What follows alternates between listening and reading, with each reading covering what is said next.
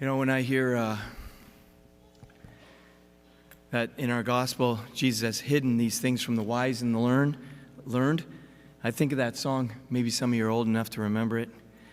Oh Lord, it's hard to be humble when you're perfect in every way. Okay, somebody remembers it. So, you know, with that attitude, God can't reveal anything to us if that's the kind of attitude we have, right? Now, this gospel is pretty short. It's 2 paragraphs, and they both fit together. In the first half, Jesus says, I praise you, Father, because you have hidden these things from the wise and the intelligent and have revealed them to little children. God gives his secrets to the childlike simply because they're not too proud to learn something new. Honestly, with myself, it's never been the stuff I didn't know that got me in trouble. It's the stuff I thought I knew, the stuff I was so sure of and found out later that I was way off base. My mistakes came from thinking that I knew better than I did. And I've learned the hard way that God will only reveal more to me once I admit, you know, maybe I don't know everything. And it's okay to understand that I don't understand. You ever notice people who think they know everything and they always start their sentences with, well, actually, okay? You're like, okay, where are we going with this? So they know everything, right? You know, anytime I start talking like I know everything, I swear I can hear the Holy Spirit in the background clearing his throat, like, Dan, really? Okay. Maybe you don't know everything, okay? The goal here in this gospel is not to be naive or anti-intellectual. You know, we have to use our intelligence. We have to ask hard questions, and we got to think deeply. We're not to be childish, but childlike. Notice how a child naturally accepts that it doesn't know all the answers and that it needs help. The biggest temptation is that the smarter and the older we get, the easier it is to think we have nothing more to learn. And we can apply that type of thinking to God himself.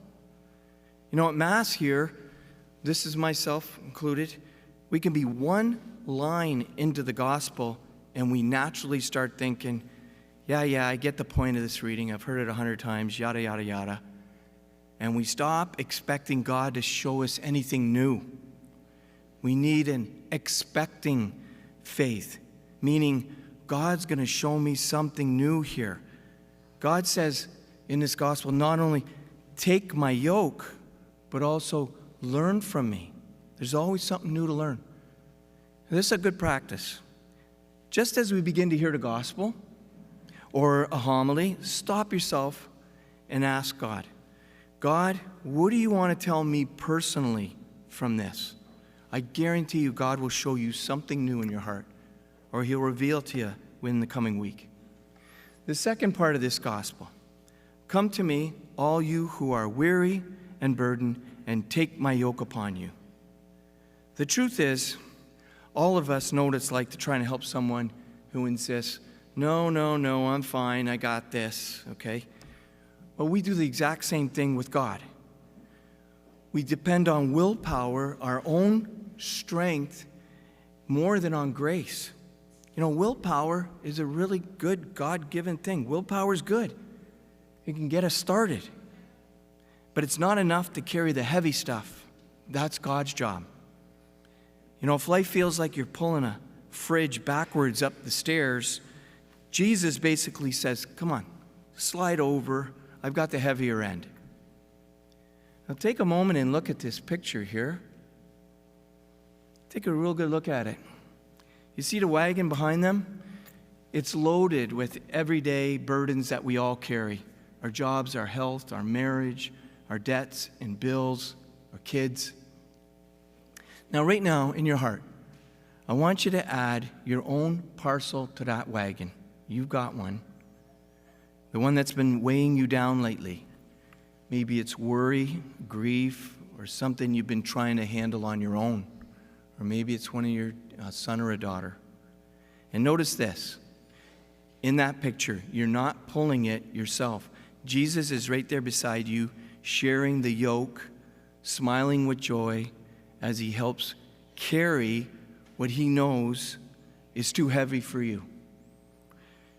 Grace is a word that we kind of misunderstand, but grace is another word really for God's help.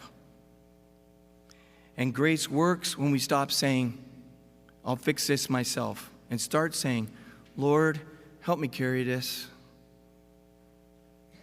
Grace works when we make the shift from willpower to surrender. And Jesus says, take my yoke upon you. A yoke back in the day was a solid wooden beam placed across the shoulders of 2 oxen so they could pull a heavy load together. You know, if the angels were ever to ask Jesus, why do you go to such lengths for those humans? He'd probably reply by singing another song coming up, guys. He ain't heavy, he's my brother. Okay, you know that song? She's not heavy, she's my sister. Okay, everybody's okay, so I'll end with this. No more songs. Humility always makes room for help. This week, try to think about this picture. And remember this, we were never meant to carry it alone. Invite Jesus to step under the yoke with you and allow grace to do in us what willpower never could.